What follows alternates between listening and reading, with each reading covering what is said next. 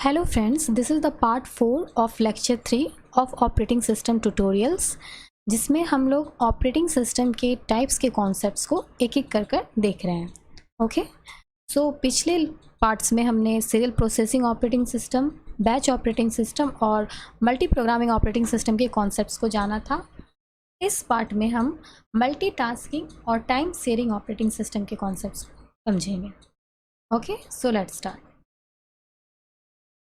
Multitasking operating system or time sharing operating system.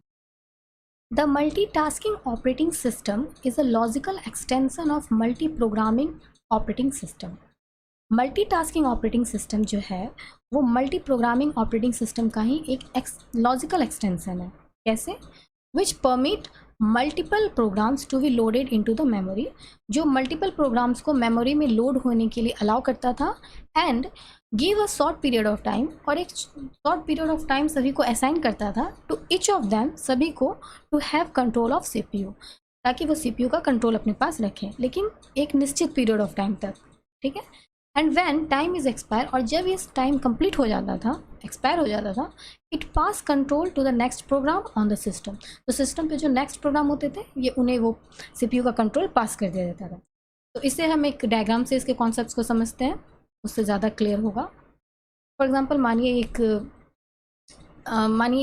Processes हैं यहाँ ढेरी सारे, P1, P2, P3, P4, P7, P6 and P7, total 7 process है और एक सीपीयू है। तो मल्टीटास्किंग ऑपरेटिंग सिस्टम में क्या होता है कि सीपीयू जो है वो ईच एंड एवरी प्रोसेस को एक निश्चित टाइम के लिए असाइन किया जाता है। फॉर एग्जांपल 2 मिनट्स के लिए सबको असाइन कर दिया जाता है।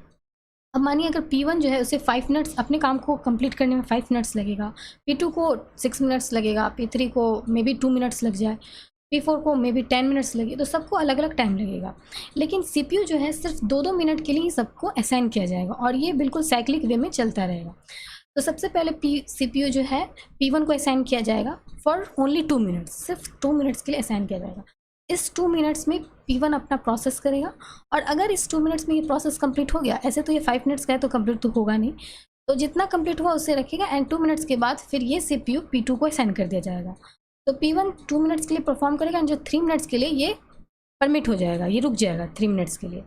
फिर ये सीपीयू जो है P2 को मिल जाएगा, फिर P2 अपना 2 मिनट्स के लिए एग्जीक्यूट करेगा, परफॉर्म करेगा, एंड जितना देर उसका है उतना करके वो रुक जाएगा। फिर ये 2 मिनट्स के बाद आफ्टर 2 मिनट्स फिर ये P3 को सबमिट कर दिया जाएगा, फिर P3 से परफॉर्म करेगा। अब मानिए अगर P3 1 मिनट का ही उसे काम था प्रोसेस होने के लिए, तो उसके लिए तो 1 मिनट में वो कंप्लीट हो जाएगा, एंड देन फिर सीपीयू P4 को असाइन कर दिया जाएगा। तो इस तरह से सभी प्रोसेस को 2-2 मिनट के लिए सभी प्रोसेस को सीपीयू मिलता रहेगा। अब अगर P7 तक आया, उसके बाद सीपीयू अगेन फिर P1 को मिलेगा। अब P1 पहले ही 2 मिनट परफॉर्म कर चुका था और उसे 4 मिनट्स चाहिए परफॉर्म करने, या 5 मिनट्स चाहिए अपने काम को कंप्लीट करने में टोटल, तो फिर ये 2 मिनट काम करेगा, फिर ये 2 मिनट अपना परफॉर्म करेगा, 1 मिनट के लिए ये रुक जाएगा, और फिर सीपीयू फिर P2 को असाइन कर दिया जाएगा। तो इस तरह से सीपीयू जो है साइक्लिक वे में 2-2 मिनट करके सभी प्रोसेस को मिलता रहेगा। और जो इससे होता क्या है, जो प्रोसेस छोटे होते हैं, जो शॉर्ट प्रोसेस होते हैं, उन्हें ज़्यादा वेट नहीं करना पड़ता है, उन्हें लंबे समय तक वेट नहीं करना पड़ता है due to the long process. वो सबको 2-2 मिनट इक्वल मिलते रहता है और सभी अपना परफॉर्म करते रहते हैं। तो इस वे से मल्टीटास्किंग ऑपरेटिंग सिस्टम में सीपीयू वर्क करता है। तो आप यहाँ देख सकते हैं, यहाँ अभी P4 जो है वो एक्टिव मोड पर है। पहले सीपीयू P1 को मिला, फिर P2 को मिला, फिर P3 को मिला, अब सीपीयू P4 को असाइन है। तो P4 जो है वो एक्टिव मोड में, मतलब वो अपना एग्जीक्यूशन कर रहा है। P5 वो रेडी है, मतलब जैसे ही 2 मिनट्स कंप्लीट होगा सीपीयू तुरंत P5 को असाइन किया जाएगा, इसलिए P5 अभी रेडी मोड में है। P6 अभी वेटिंग कर रहा है, क्योंकि जब तक वो P5 पे नहीं आएगा तब तक वो रेडी स्टेट पे पहुंचेगा नहीं। तो P6 अभी वेटिंग मोड पर है, P7 भी अभी वेटिंग मोड पर है। लेकिन P1, P2 और P3 ये तीनों एग्जीक्यूट हो चुके हैं और ये अपने नेक्स्ट टाइम स्लाइस के लिए वेट कर रहे हैं। ठीक है, तो इस तरह से टाइम शेयरिंग ऑपरेटिंग सिस्टम में प्रोसेस को एग्जीक्यूट किया जाएगा। So this short period of time during that a program gets attention of CPU is known as time slice or quantum. ये जो 2-2 मिनट, ये मे भी 2 मिनट हो सकता है, मे भी 10 मिनट्स होता है, मे भी 2 सेकेंड्स हो सकते हैं, कुछ भी हो सकता है। ये CPU अपने अकॉर्डिंग, ऑपरेटिंग सिस्टम अपने अकॉर्डिंग डिसाइड करता है। तो ये जो टाइम स्लाइस, ये जो टाइम पीरियड सभी को असाइन किए जाते हैं सारे प्रोग्राम्स को, इन्हें टाइम स्लाइस कहा जाता है या फिर क्वांटम कहा जाता है। ठीक है, मे भी आप इसे ध्यान रखिएगा, ये ऑब्जेक्टिव टाइप्स में पूछ सकते हैं एग्जाम में, ऑब्जेक्टिव टाइप्स क्वेश्चन में आ सकता है ये। नाउ अब इसके एडवांटेज देख लें। This operating system provide proper management of all the running programs. ये जो ऑपरेटिंग सिस्टम है सारे रनिंग प्रोग्राम्स का एक प्रॉपर मैनेजमेंट प्रोवाइड कराता है, मतलब सभी को 2-2 मिनट इक्वल समय सभी को मिलते रहता है। And it handle the allocation and deallocation of computer resource. Computer resource मतलब memory, CPU, input output device, तो इन सारे कंप्यूटर रिसोर्स का अच्छे से ये हैंडलिंग करता है, उनके एलोकेशन और डी एलोकेशन।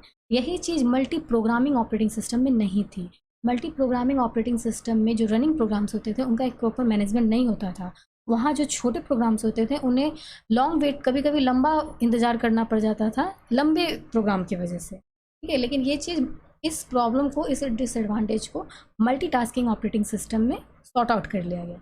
लेकिन फिर भी कुछ डिसएडवांटेज रह गई। अब हम डिसएडवांटेज देखते हैं। In multitasking operating system, due to running multiple program at a same time, main memory gets more load. तो मल्टीटास्किंग ऑपरेटिंग सिस्टम में क्या होता था, क्योंकि मल्टीपल प्रोग्राम्स एक साथ रन होते थे तो मेन मेमोरी को बहुत लोड पड़ता था। इसे सारे को एग्जीक्यूट रखना, सब सारे को पहले तो लोड करना और फिर उन्हें कंट्रोल करते रहना, तो उस पर बहुत लोड पड़ता था। पहला तो ये डिसएडवांटेज हुई। दूसरा, if the processor is slow, अगर प्रोसेसर स्लो हो गया इन द कंप्यूटर में अगर मानिए CPU स्लो हो गया, then it can process program slow, तो सारे प्रोग्राम को ये बहुत ही स्लोली प्रोसेस करेगा। And manage multiple programs takes longer time, और मल्टीपल प्रोग्राम्स को मैनेज करने में बहुत लंबा समय लग जाएगा। तो ये भी एक डिसएडवांटेज थी अगर प्रोसेस स्लो हो गया तो। By doing multitasking the processor, multitasking करने के कारण जो प्रोसेसर थे that is CPU become busy all the time. ये सारे टाइम CPU बिजी रहता था, जिसकी वजह से CPU हीटअप, CPU गर्म हो जाता था। तो ये 3 इसके डिसएडवांटेज थे। इन तीनों डिसएडवांटेज को दूर करने के लिए मल्टी प्रोसेसिंग ऑपरेटिंग सिस्टम को एग्जिस्टेंस में लाया गया। तो मल्टी प्रोसेसिंग ऑपरेटिंग सिस्टम को हम लोग नेक्स्ट लेक्चर में देखेंगे, नेक्स्ट पार्ट में देखेंगे। So that's it for today. Hope you will better understand the concept of multitasking. अगर इसके बाद भी आपकी कुछ क्वेरीज हैं तो आप मुझे कमेंट कर सकते हैं। एंड अगर आपको ये लेक्चर अच्छी लगी हो तो प्लीज़ एक लाइक ज़रूर कीजिएगा। तो that's it for today. Thank you so much for watching this video. Have a nice day.